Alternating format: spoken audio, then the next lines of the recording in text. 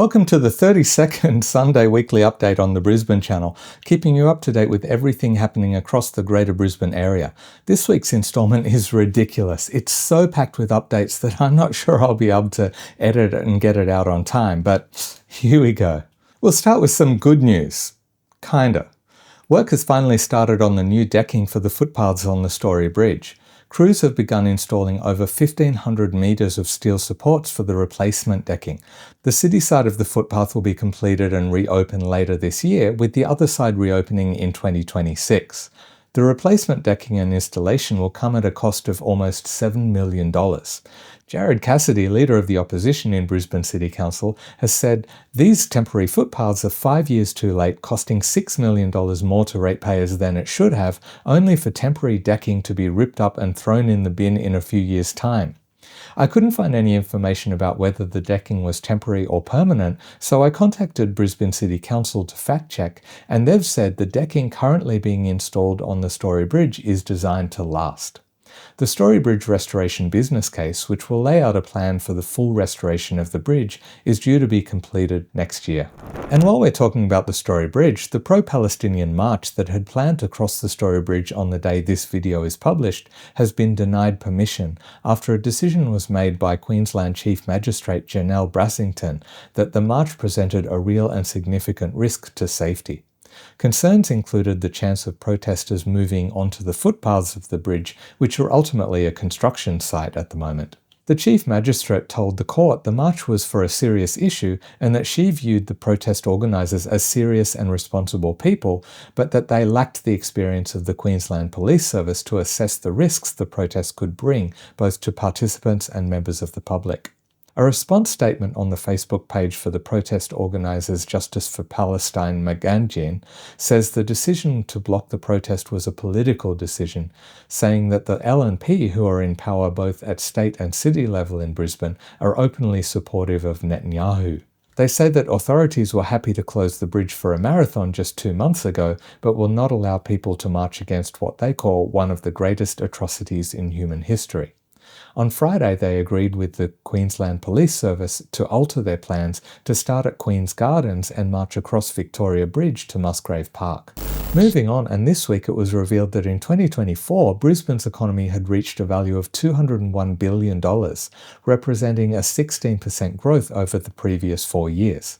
This is based on the 2025 State of the City report released by the Brisbane Economic Development Agency in partnership with Deloitte Access Economics. Employment has also risen by 22%, with notable growth in health, logistics, construction and tourism. Brisbane was found to be the city with the fastest growing health industry, with medical and pharmaceutical exports up 114% since 2013, 3 times the national growth rate. Brisbane also had the fastest growing experience economy, with domestic visitor growth 3 times higher than the next best capital and a record $13.7 billion in total visitor expenditure in 2024. That brings us to a recent release from Brisbane City Council, which was very optimistic about the revitalisation of Queen Street Mall. Council noted the influx of visitors to the downtown area during major events such as the British and Irish Lions Tour this July, which saw 256,000 people pass through the mall on the day of the warm-up match, and 741,000 visitors on the first test weekend from the 18th to the 20th of July. While the release claimed the crowds passing through during the event cemented the mall's status as Australia's most successful pedestrian retail precinct, I do wonder about the validity of that assertion. I'll give my 2 cents on it at the end of this video, a new segment I'm experimenting with. There's no denying that the increase in big events will inevitably bring more visitors, which will bring a boost to local businesses, as confirmed in the State of the City report. Brisbane City Council has pointed to a number of changes coming to Queen Street Mall that may help generate more buzz and revitalise the area. These include Griffith University's conversion of the Treasury Building to a city campus, the arrival of Wendy's on the corner of Albert and Adelaide Streets, plans to redevelop Winter Garden and Uptown, formerly the Myer Centre, and a number of other developments that include streetscape activation. They also note a number of upcoming sporting and entertainment events expected to draw large crowds. If you're looking for support with anxiety, depression, stress, ADHD, or relationship challenges, a sponsor of this video, Excel Psychology, may be what you're looking for. They're a warm, inclusive psychology practice based in Spring Hill, about 500 metres from Central Station. With a diverse team of clinical and registered psychologists, they'll help match you with the right psychologist for your needs, often with short wait times. They offer Medicare rebates with a mental health treatment plan and also support work cover and NDIS participants. I featured members of the Excel Psychology team in a video on handling stress, and you can check that out here. Now a quick update on the Brisbane Metro bus network. Less than 8 months from the introduction of the first Metro bus services on the 28th of January, and under 3 months from the start of the M1 services on June 30th, the Metro bus network has exceeded 3 million trips taken, with just under 500,000 on the M1 and over 2.5 million on the M2. Congestion crossing Victoria Bridge has dropped by 30% since both Metro bus routes started running together, so they have been successful in improving that part of the bus network, but feedback on the new bus network from people in the outer suburbs is mixed. The council opposition are currently seeking feedback from community members on how they're affected by changes to the bus network, so the results of that consultation will be interesting to see. Again, I'll give my 2 cents on that at the end of the video. We'll stay in Brisbane for the next few updates before whipping around the other LGAs to see what's happening in the wider area. Dexus, the developer behind the multi-billion-dollar Waterfront Brisbane project between the Botanic Gardens and the Eagle Street Pier, revealed in their annual report last week that the precinct originally projected to be completed in 2027 is now expected to be finished toward the end of 2028. They cited adverse weather and complexity with in-ground construction works, which are nearing completion. The development, when completed, will feature 2 office towers, retail, dining and public space. The good news is that the construction delays won't affect the reopening of the Riverwalk that is currently closed. It will reopen in January next year. And while we're on large developments in Brisbane, a $1 billion mixed-use precinct covering an area over 14,000 square metres has had a development application submitted for the centre of Toowong. It includes 3 residential towers ranging from 49 to 58 stories, which would include over 1,100 apartments and 4 public spaces connected by laneways. If approved, it will also house over 12,000 square metres of retail and dining space, as well as office and commercial tenancies. There will also be direct access to the train station and the Bicentennial Bikeway. However, Greens MP Michael Berkman says that the development application breaches existing height limits, 25 floors is the limit, and that there is no provision for affordable or social housing among the 1,100 apartments. He also accuses the developers of greenwashing, saying that the claim of 14,191 square metres of green space is misleading. Berkman says that only 16.7% of the site will be green space that's open to the public, the rest being private gardens for residents, balcony planter boxes and vertical green walls, adding that only 6% of the site is deep planting when the minimum requirements under code is 10%. This could be the final Star Entertainment update. The embattled corporation that held 50% stake in the Destination Brisbane Consortium, the organisation behind the Queen's Wharf development, has finally managed to sell off its stake to the other 2 parties that held the other half, Chow Tai Fook and Far East Consortium. That means that the entire precinct is now Hong Kong owned and run. The deal, which was sealed last week, also stipulates that Queen's Wharf will be run by a new, so far unnamed, operator. All of this going ahead is reliant on state government approval, which there is no word on so far. We'll keep you updated here on the Brisbane Channel. But in the meantime, last week it was announced that Brisbane City Markets will now be expanding to the Queen's Wharf precinct. Starting on the 4th of September, the markets will run from 8 a.m. to 2 p.m. in the precinct on Thursdays. They will continue running at Redcliffe Place on Wednesdays and Cathedral Square on Thursdays. Stalls will sell everything from Thai food and coffee to fudge and flowers, and there will also be live music. If you're thinking of having some painting work done, a sponsor of this video, YB Painting, is offering a 10% discount on their services to you as a viewer of the Brisbane Channel. I've heard nothing but good reports from viewers who have taken them up so far on their offer, likely due to YB Painting's high level of professionalism and their meticulous attention to detail. Their fixed pricing and 5-year warranty on all their work means there'll be no unpleasant surprises. Claim your 10% discount by scanning this QR code or the link in the video description. Let's jump around the other 4 Greater Brisbane LGAs now to see what's new in the wider area. Firstly, there's a bit of competitive jostling between Logan and Moreton Bay, who are both vying to be the location of choice for Olympic softball and baseball in 2032. Moreton Bay will be hosting the finals of the Women's Softball World Cup in 2027. The 8 best teams in the world will vie for the prize at Talabilla Park in Kipper Ring, with 4 games per day being played across 6 days. The Brisbane 2032 delivery plan has no venue allocated for softball or baseball, and John Raven, Mayor of Logan, has proposed that a stadium could be built that could host both games, sourcing funding entirely from private investors. Meanwhile, Moreton Bay City Council has said that the stadium should be built there, where they have existing facilities for both softball and baseball, although not at an Olympics-ready level. They'll be bringing in temporary seating for the Softball World Cup and a permanent clubhouse whose $4.8 million price tag is being shared by the Council and Commonwealth Government will be completed in time for the event. World Baseball Softball Confederation President Riccardo Fracciari, who travelled to Moreton Bay from Switzerland for the announcement of the World Cup hosting arrangements, said that he hoped that the Diamond Games would be included in the 2032 Olympics.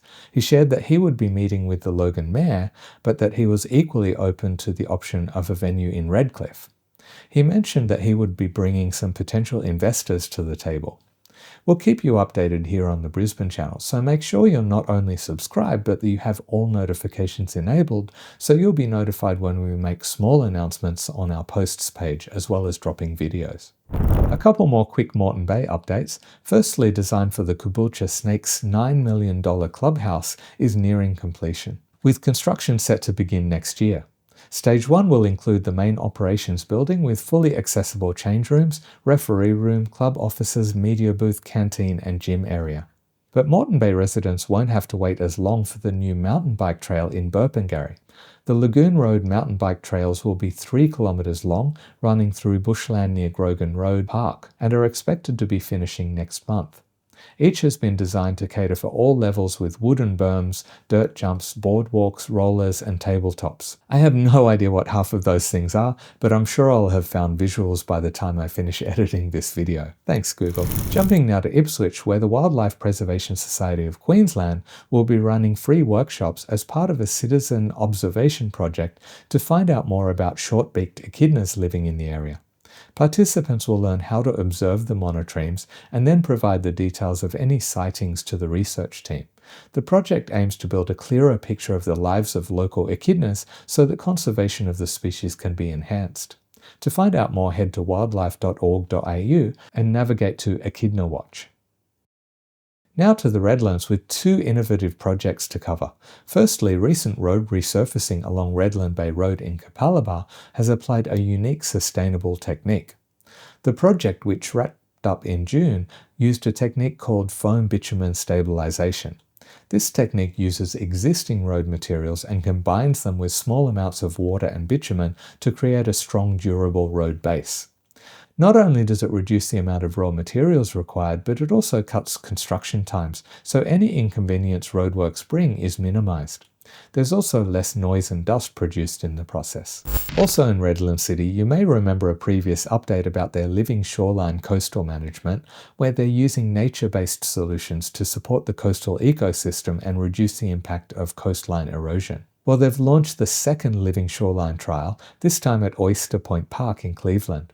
The living shoreline will use a mix of materials such as temporary breakwaters made from removable rock bags and concrete block, and dune and salt marsh vegetation to stabilize the embankment, mitigate against further erosion, and support natural habitat revegetation in the area. I'd like to thank everyone who's supported the channel by buying me a coffee, as well as those who have hit the join button to become members. Thanks to each and every one of you.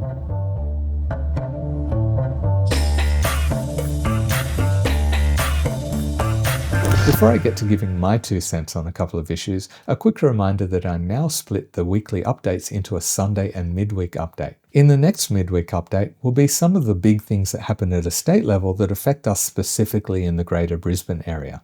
The only update I can tell you at this stage will be included is some changes to school zones in many specific locations around Greater Brisbane. but I'm sure there'll be plenty more things that will pop up between now and mid next week. I'll put a link to the last midweek update at the end of this video. Okay, now to the experimental segment. I said earlier in this video that I'd give my 2 cents on a couple of things. This is something I'm currently trialing. Many of you enjoy the updates being mostly free of bias or opinion, but others have said that I shouldn't hold back on sharing my views, critiques, and analyses. I think this may be a good way to balance the two. At the end of each update video, I'll add a bit at the end with my views as a regular guy living in Brisbane, and anyone who's curious about how I think about some of the topics covered based on my experiences living here can watch. Those who couldn't care less can just jump to the next video. We'll see how it goes. When I'm putting together these updates, I get a lot of information from media releases put out by various bodies, predominantly city councils and political parties, as well as some other companies and organisations. The ones from government bodies, whether at local or state level, are often loaded with all kinds of exaggerated language and are predominantly focused on making whoever is putting the release out look as though everything they do is the most amazing thing ever, and that their opposition is the worst ever. So when I saw the claim in a Brisbane City Council release about Queen Street Mall cementing its place as Australia's most successful pedestrian retail precinct, I wasn't surprised, but I want to call that into question. It takes a lot more than a lot of people passing through to make a successful pedestrian mall. I'm not knocking Queen Street Mall. It's got some decent retail offerings, not so much as far as dining goes, but it's okay. But it also has more than a couple of vacant premises, and if I'm honest, it feels a bit tired. I certainly wouldn't say it's vibing. I feel that we would have to look at the volume of sales and the experience of people visiting the mall to judge if it's successful or not. And while it's quite a while since I've lived in or even visited Sydney, I suspect that Pitt Street Mall would see far more retail sales and offer a much richer experience than the current Queen Street Mall. Not sure about other malls in other cities either. But I will be interested to see if the developments and refurbishments mentioned by the council will breathe new life into Queen Street Mall. But it's also kind of hard for the place to be vibrant when most of it goes to sleep around 5 p.m. But I feel there's something bigger going on here. When we look at the public transport design, it operates with the city as a hub and the bus and rail lines radiating out from that centre, as though everyone is travelling from wherever they live into the city and back. And the reality is that the bulk of trips people make throughout Greater Brisbane are within or between suburbs. But there seems to still be a real fixation on the city centre as the place to work and shop. And so when they talk about the metro bus network and how many trips it's taken, I can see that that's great if you're viewing the CBD as the centre of everything and judging success on how many people can be moved into and out of that centre. But if focusing on that one type of commuter means you're neglecting the people taking the other types of trips, I can see why some people aren't loving the new bus network. Personally, I think the metro buses have the potential to help improve the bus network overall, but that's reliant on buses on routes that have been replaced by the metro being reallocated to the parts of the city that are not currently being well served. And so far, it seems that's where there's still a lot of room for improvement, especially when we see the reports of the number of buses in the fleet actually dropping over the next couple of years, when the last report from the Climate Council found that only 1 in 3 people living in Greater Brisbane have access to frequent, reliable public transport. Anyway, that's my 2 cents. It's basically just a rant, really, so it may be an experiment that doesn't last long. We'll see. Ciao. I said earlier in this video that I'd give my 10 cents on a couple of things. I said 10, too.